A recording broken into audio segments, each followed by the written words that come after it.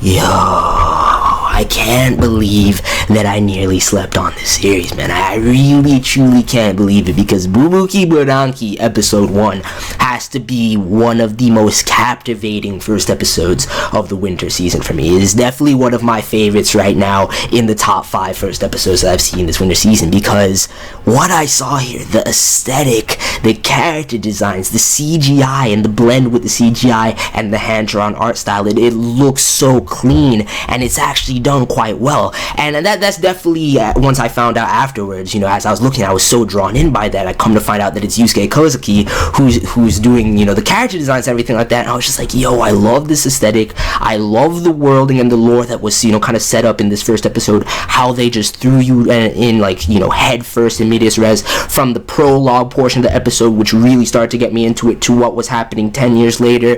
And I'm loving the characters, even though they are some classic archetypes, like, with, Ryoko's group, Barmyo Ryoko, who did this bitch looks fucking crazy. I absolutely love her. I'm loving the voice acting. Overall, my raw impressions, because this is even a review, I just really enjoyed this first episode of Bubuki Buranki. It could definitely, go and turn to shit. It could definitely go that route. But from what I'm seeing in this first episode, I have faith in the series. Sanzigen is going in, and just the air I got, from the very first part, getting introduced to Ozma, and I forget the sister's name right now. It slips my mind, dude. And I wonder what fucking happened to her, but we'll get into that later.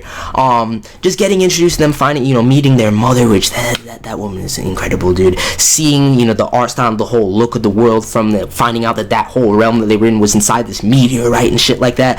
I was just like, yo, the whole Buranki and them being controlled by certain individuals with these powers. Like, yes, it's stuff that we've seen before, but also I love the concepts and the original designs of the characters and the mechs and everything like that, and how the Bubuki users are able to control them. They have these kind of psychic powers and different abilities as well, and I'm really the vibe I got from it, no lie. Like, I haven't been this captivated by a first episode of a mecha series of this genre, not like, out of sight of mainstay Gundam series and things of that nature, since like Gargantia. Just straight up a series that has this kind of unique worlds, whether it be aliens, these kind of supernatural abilities, just kind of this unique lore and worlding that the mecha aspects and the sci-fi aspects play off of.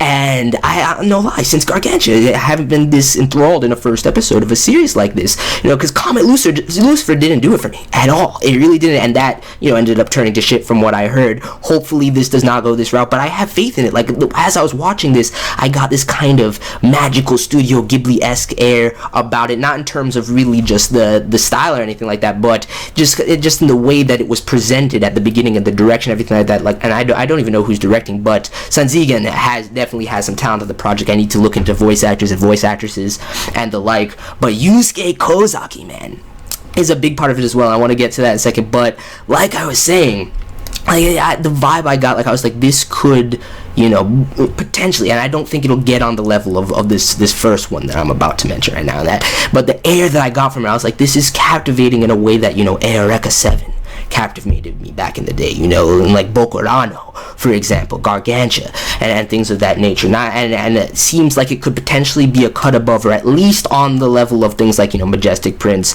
I didn't really like Valvrave that much, to be honest with you, and I think this can do better than Valvrave.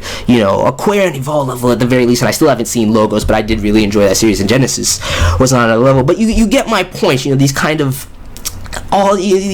unique mecha projects that come out from time to time and try and subvert the normal setup and whatnot. Like, for example, what Active Raid is doing, from what I've heard with the normal setup. I still have yet to watch that first episode, but whatever, we'll get there. From what I heard, it wasn't that great, but this is definitely going to be a sleeper hit of the series, just in terms of aesthetic and everything like that. You have Yuusuke Kozaki, like I said, who did the Fire Emblem, character designs and the CGI cutscenes and that, which is definitely kind of an air I got from the series as I was watching it, and I had to look it up as soon as I was done with the episode, and come to find out everybody's talking about this very point, and I'm like, yo, like, that's crazy, because it felt almost like, maybe like a touch of Disney or Ghibli magic with like some Fire Emblem 3DS, fucking Fire Emblem Awakening greatness. And I was like, yo, I love this aesthetic, I love the character designs, I'm loving each and every character. Like I said, Ryoko is going to be my shit. I already know that. I'm not feeling Asuma that much because of his kind of, wimpy, unable to really do anything throughout when he was a child, even up to now in the past. I really am curious to find out what happened to the sister, everything that transpired with, and diving more into what exactly, the Buranki are, that whole incident 10 years ago when, his sister initiated, I forget the name of their specific one too. I need to get more invested into the characters' names and the world right now, but this is just my raw reaction coming off of it. But, finding out about that incident and how the world was, kind of changed by that, and everything of that nature. But it's going to be interesting, dude. I'm loving the dynamics. The animation is definitely solid. The battles look sexy. The music is fucking amazing. And it's just because, they got Yokoyama Masaru on the OST, which, coming off of that Shigatsu greatness, this works perfectly for a more action-oriented series. And I'm just liking it. I'm really enjoying this first episode. I definitely want to continue to review Bubuki Buranki because I'm loving it. I think it's going to be something that's going to be interesting to talk about if it can hold its own, keep its niche going, and not fall into, cliche kinds of elements and waste the potential that I see in it. So, usually this CGI, man, it looks solid. I'm loving, pretty much everything about this series. So, definitely a great first episode.